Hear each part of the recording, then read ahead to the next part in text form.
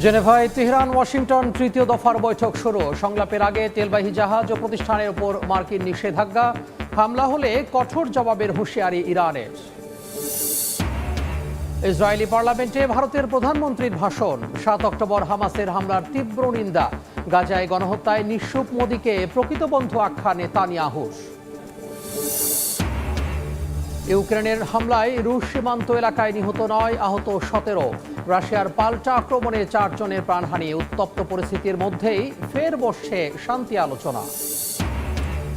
এবং যুক্তরাষ্ট্র ও দক্ষিণ কোরিয়াকে শত্রু দেশ আখ্যা কিমের। সিউলের সঙ্গে সব ধরনের সম্পর্ক সম্পূর্ণ বিচ্ছিন্ন ঘোষণা। পারমাণবিক অস্ত্রভান্ডার বাড়ানোর নির্দেশ। কিউবার জলসীমায় কোস্টগার্ডের হামলায় ৪ জন নিহত, আহত ৬। যুক্তরাষ্ট্রের নিবন্ধিত স্পিডবোট থেকে ছোড়া হয় গুলি, দাবি হাভানার। তদন্তের ঘোষণা ওয়াশিংটনের। এতক্ষণ শুনছেন শিরোনামগুলো, এখন শুনবেন বিস্তারিত রিপোর্টে তাসলিমা আফরোজ। নিষেধাজ্ঞা দিয়েছে মার্কিন প্রশাসন।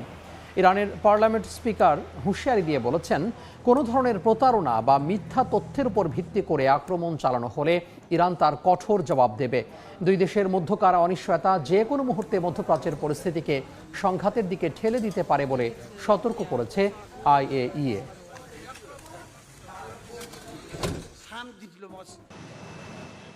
স্থানীয় সময় বুধবার রাষ্ট্রীয় সফরে ইসরায়েল পৌঁছান ভারতের প্রধানমন্ত্রী নরেন্দ্র মোদী। বেন গুরিয়ন বিমানবন্দরে অবতরণের পর লাল গালিচা সংবর্ধনা আর উষ্ণ আলিঙ্গনে তাকে বরণ করে নেন ইসরায়েলি প্রধানমন্ত্রী বিনিয়ামিন নেতানিয়াহু। বিমানবন্দরে মোদীকে দেয়া হয় গার্ড অফ অনার। পরে সেখান থেকে দুই নেতা যান জেরুজালেমে।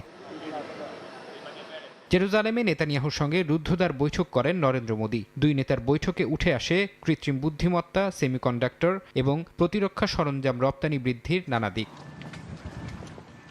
নেতানিয়াহুর সঙ্গে বৈঠক শেষে ইসরায়েলি পার্লামেন্টে ভাষণ দিতে যান ভারতের প্রধানমন্ত্রী। নরেন্দ্র মোদী নিজ ভাষণে ২০২৩ সালের ৭ অক্টোবরের হামাসের হামলার শিকার পরিবারগুলোর প্রতি গভীর সমবেদনা জানান। তবে ভারতের প্রধানমন্ত্রী দীর্ঘ ভাষণের কোথাও গাজায় নিহত হাজার হাজার শিশু ও নিরপরাধ মানুষের কথা একবারও উল্লেখ করেননি। ভারতের জনগণের গভীর সমবেদনা প্রতিটি হারানো প্রাণের জন্য এবং সেই প্রতিটি পরিবারের জন্য যাদের পৃথিবী ৭ অক্টোবরের হামাসের বর্বর সন্ত্রাসী হামলায় তছনছ হয়ে গেছে। আমরা আপনাদের ব্যথা অনুভব করি, আমরা আপনাদের শোকের অংশীদার। এই মুহূর্তে এবং পরবর্তী সময়েও ভারত দৃঢ় প্রত্যয়ের সাথে ইসরায়েলের পাশে দাঁড়িয়েছে। নেসেটে ভাষণ শেষে ভারতের প্রধানমন্ত্রী নরেন্দ্র মোদীকে ইসরায়েলি পার্লামেন্টের সর্বোচ্চ সম্মাননা স্পিকার অব দ্য নেসেট মেডেলে ভূষিত করা হয়। মোদী বিশ্বের প্রথম নেতা যিনি এই সম্মাননা পেলেন। ইসরায়েলের প্রতি মোদীর এমন অবস্থানকে নেতানিয়াহু প্রকৃত বন্ধুত্ব বলে সাধুবাদ জানিয়েছেন। নিজ ভাষণে তিনি বলেন, ভারত কোনো অজুহাত না দিয়েই ইসরায়েলের পক্ষে দাঁড়িয়েছে। সূর্যাস্তের ঠিক আগে আকাশের দিকে তাকিয়ে অপেক্ষা করছে শিশুরা। একসময় রোজা রাখলে বাবা মা উদ্গ্রীব হয়ে থাকতো তাদের ইফতারে কি খাওয়াবে তা নিয়ে। তবে ইসরায়েলি আগ্রাসনে বাবা মা হারানো এতিম এই শিশুদের কাছে এখন সেগুলো কেবলই স্মৃতি। দক্ষিণ গাজার খান ইউনিসে অস্থায়ী তাঁবু শিবিরের ফাঁকা জায়গায় সারিবদ্ধ হয়ে বসে পড়ে শত শত ফিলিস্তিনি এতিম শিশু। তাদের জন্য আয়োজন করা হয় বিশেষ ইফতার। খেজুর, গরম খাবার আর মিষ্টি দিয়ে রোজা ভাঙার সেই মুহূর্তে ক্লান্ত মুখে ফুটে ওঠে সামান্য হাসি, যেন যুদ্ধের অন্ধকারে এক চিলতে আলো। أنا فقدت والدي بهذا الحرب بقصف. أنا اليوم في مخيم أيتام، ما كنتش أتوقع ولا يوم في حياتي إنه أنا أصير يتيمة وأقعد مع صفرة مع الأيتام. ইফতারের পর পরিবেশিত হয় ঐতিহ্যবাহী ইসলামী সঙ্গীত। শিশুদের কেউ হাততালি দেয়, কেউ চুপচাপ তাকিয়ে থাকে আকাশের দিকে। আয়োজকদের ভাষায় এটি শুধু ইফতারের আয়োজন নয়, বরং মানসিক সান্ত্বনা, সহমর্মিতা আর ঐক্যবদ্ধ থাকার বার্তা। বারবার বাস্তুচ্যুত হয়ে তাঁবু বা বিধ্বস্ত ভবনে আশ্রয় নেয়া এই শিশুদের জন্য এমন আয়োজন কিছুটা স্বাভাবিকতার অনুভূতি ফিরিয়ে আনবে বলে প্রত্যাশা করেন আয়োজকরা। এদিকে গাজা সিটির পশ্চিমে আল শাতি শরণার্থী শিবিরে ধ্বংসস্তূপের মাঝে ইফতার করছেন বাসিন্দারা। গত অক্টোবরে যুদ্ধবিরতির পর এটিই তাদের প্রথম রমজান। ভাঙা দেয়াল, ছিন্ন বিচ্ছিন্ন বাড়ির পাশে বসে চলছে ইফতার, কিন্তু বিশ্বাস আর ধৈর্য আঁকড়ে ধরে তারা অপেক্ষা করছে এক শান্ত সকালের। রাশিয়ার স্মোলেন্স্ক অঞ্চলের একটি সার কারখানায় বুধবার ভয়াবহ ড্রোন হামলা চালায় ইউক্রেন। সীমান্ত থেকে 290 কিলোমিটার ভেতরে এই হামলায় কয়েকজন হতাহত হন। রুশ কর্মকর্তাদের দাবি, অন্তত 30টি বিস্ফোরক বোঝাই ড্রোন দিয়ে এসব হামলা চালানো হয়, যা গত 4 বছরের যুদ্ধে রাশিয়ার কোনো শিল্প প্রতিষ্ঠানে অন্যতম প্রাণঘাতী আক্রমণ। হামলার পর কারখানাটিতে ভয়াবহ আগুন লেগে যায়। একই দিন রাশিয়ার বেলগোরোদ ও ব্রায়ান্স্ক অঞ্চলেও হামলা চালায় জেলেনস্কির সেনারা। এতে হতাহতের খবর পাওয়া গেছে। যুদ্ধক্ষেত্রে পাল্টাপাল্টি হামলায় দুই দেশের সাধারণ মানুষের প্রাণহানি বেড়েই চলেছে। ইউক্রেনের দিনিপ্রোপেট্রোভস্ক, জাপোরিজ্জিয়া এবং খেরসনে রুশ গোলাবর্ষণ ও ড্রোন হামলায় কয়েকজন বেসামরিক নাগরিক নিহত হয়েছেন। রাতভর শতাধিক ড্রোন ও ব্যালিস্টিক মিসাইল দিয়ে ইউক্রেনের বিভিন্ন স্থানে হামলা চালায় পুতিনের সেনারা। রক্তক্ষয়ী যুদ্ধের মাঝেই মার্কিন প্রেসিডেন্টের বিশেষ দূত স্টিভ উইটকফ শান্তি আলোচনায় অগ্রগতির আশার কথা শুনিয়েছেন। জেনেভায় গত 17 ফেব্রুয়ারির ত্রিপক্ষীয় বৈঠকের পর থেকে ইউক্রেন রাশিয়া আলোচনায় গত 4 বছরের তুলনায় গত 8 সপ্তাহে বেশি উন্নতি হয়েছে বলে দাবি করেন তিনি। এরই ধারাবাহিকতায় বৃহস্পতিবার জেনেভায় ইউক্রেনীয় প্রতিনিধি দলের সাথে গুরুত্বপূর্ণ বৈঠকে বসছেন মার্কিন প্রতিনিধিরা। এদিকে এক সংবাদ সম্মেলনে ইউক্রেনের প্রেসিডেন্ট ভলোদিমির জেলেনস্কি অভিযোগ করে বলেছেন, শান্তি চুক্তির পথে প্রধান বাধা হলো রাশিয়ার রাজনৈতিক সদিচ্ছা এবং ভূখণ্ড ইস্যু। তিনি স্পষ্ট জানান, ইউক্রেনে কোনো পারমাণবিক অস্ত্র নেই এবং রাশিয়ার এমন দাবি ভিত্তিহীন। একই সঙ্গে প্রেসিডেন্ট জেলেনস্কি ঘোষণা করেন, ইউক্রেনে তৈরি 1400 কিলোমিটার পাল্লার নতুন ক্রুজ মিসাইল সফলভাবে পরীক্ষা করা হয়েছে। এটিকে নিজেদের সামরিক সক্ষমতার বড় সাফল্য বলে দাবি করেন ইউক্রেনের প্রেসিডেন্ট। অন্যদিকে চীনা প্রেসিডেন্ট শি জিনপিং এর সঙ্গে ইউক্রেন ইস্যুতে আলোচনা করেছেন জার্মান চ্যান্সেলর। যুদ্ধ বন্ধে রাশিয়াকে চাপ দেওয়ার অনুরোধ জানান ফ্রেডরিক মের্শ। উত্তর কোরিয়ায় জাঁকজমক আয়োজনে অনুষ্ঠিত হল নবম পার্টি কংগ্রেসের সমাপনী দিনের কুচকাওয়াজ।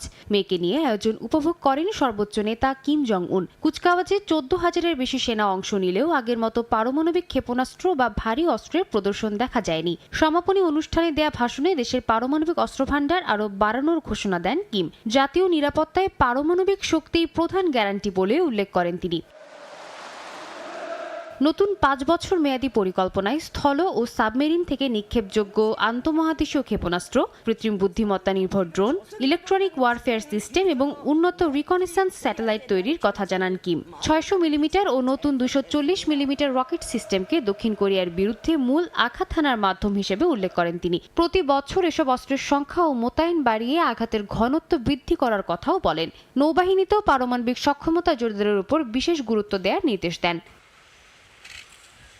দক্ষিণ কোরিয়ার সঙ্গে সব ধরনের সম্পর্ক সম্পূর্ণ বিচ্ছিন্ন বলেও ঘোষণা দেন কিম জং উন। সিওলকে সবচেয়ে বৈরীসত্তা আখ্যা দিয়ে সীমান্ত আরও সুরক্ষিত করার নির্দেশ দেন। কিম হুঁশিয়ারি দেন, উত্তর কোরিয়ার সার্বভৌমত্বে আঘাত হানলে তার তাৎক্ষণিক ও ধ্বংসাত্মক জবাব দেওয়া হবে। সিওল ও ওয়াশিংটনকে শত্রু আখ্যা দিলেও যুক্তরাষ্ট্র উত্তর কোরিয়ার পারমাণবিক মর্যাদা স্বীকার করে শত্রুতাপূর্ণ নীতি প্রত্যাহার করলে দেশটির সঙ্গে সম্পর্ক উন্নয়নের সম্ভাবনা রয়েছে বলে ইঙ্গিত করেন তিনি। একই সঙ্গে রাশিয়া ও চীনের মতো প্রতিবেশী দেশগুলোর সঙ্গে সম্পর্ক জোরদারের ইঙ্গিত দেন।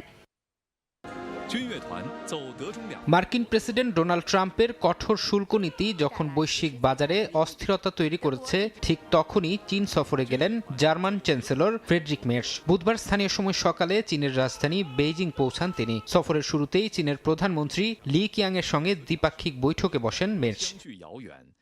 এরপর চীনা প্রেসিডেন্ট শি জিনপিং এর সাথে বৈঠক করেন জার্মান চ্যান্সেলর। সেখানেই আসে সফরের সবচেয়ে বড় ঘোষণা। বৈঠক শেষে মের্শ জানান, ইউরোপীয় বিমান নির্মাতা প্রতিষ্ঠান এয়ারবাস থেকে 120টি বিমান কিনবে চীন। বলেন, এমন সফর কতটা ফলপ্রসূ হতে পারে এই চুক্তিই তার প্রমাণ। এছাড়া জলবায়ু পরিবর্তন ও খাদ্য নিরাপত্তার মতো স্পর্শকাতর ইস্যুতেও দুই দেশের মধ্যে বেশ কিছু গুরুত্বপূর্ণ সমঝোতা স্মারক সই হয়েছে।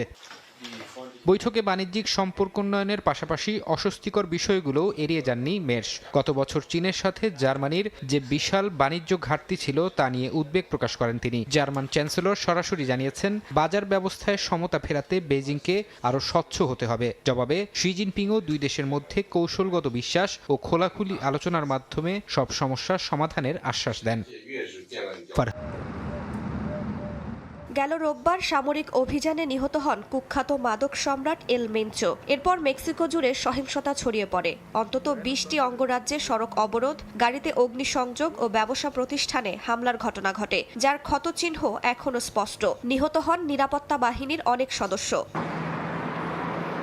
ধীরে ধীরে স্বাভাবিক হতে শুরু করেছে পরিস্থিতি। সামাজিক ও অর্থনৈতিক কার্যক্রম আংশিকভাবে সচল হতে শুরু করেছে। নিরাপত্তা বাহিনীর কড়া টহলের মধ্যেই খুলছে স্কুল, ব্যবসা প্রতিষ্ঠান। সৈকতে ফিরছেন পর্যটকরা।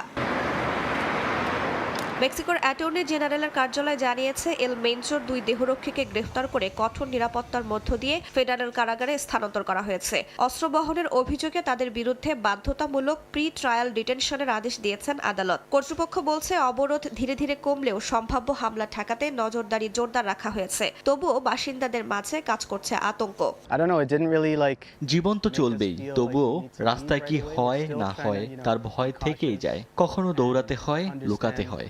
the situation, keep up with the news and stuff. পুরো পরিস্থিতি নিয়ে খুব খারাপ অনুভব করছি। আমার কর্মস্থল, আমাদের অফিস, সামনে কি আছে, কি হতে যাচ্ছে, এই অনিশ্চয়তা আমাদের ঘিরে আছে। এদিকে বর্তমান পরিস্থিতি নিয়ে বুধবার ফোনালাপ করেন মার্কিন প্রেসিডেন্ট ডোনাল্ড ট্রাম্প ও মেক্সিকোর প্রেসিডেন্ট ক্লডিয়া শেইনবাউম। গোয়েন্দা তথ্য সহায়তায় ওয়াশিংটনের গুরুত্বপূর্ণ ভূমিকা ছিল উল্লেখ করে ট্রাম্পকে ধন্যবাদ জানান শেইনবাউম। মেক্সিকোতে কি ঘটছে, পরিস্থিতি কেমন সেটা জানতে চেয়ে তিনি আমাকে ফোন করেছিলেন। আমিও তাকে জানিয়েছি অভিযানটি কিভাবে পরিচালিত হয়েছে। যুক্তরাষ্ট্র সরকারের কাছ থেকে আমরা গোয়েন্দা সহায়তা পেয়েছি এবং সমন্বয় খুব ভালোভাবেই চলছিল। সহিংসতার জেরে যুক্তরাষ্ট্র তাদের নাগরিকদের সতর্ক বার্তা দিলেও পরে তা প্রত্যাহার করা হয়। দুই দেশের নিরাপত্তা সহযোগিতা ও সীমান্ত পারের মাদক বিরোধী কৌশল এখন নতুন করে আলোচনায়।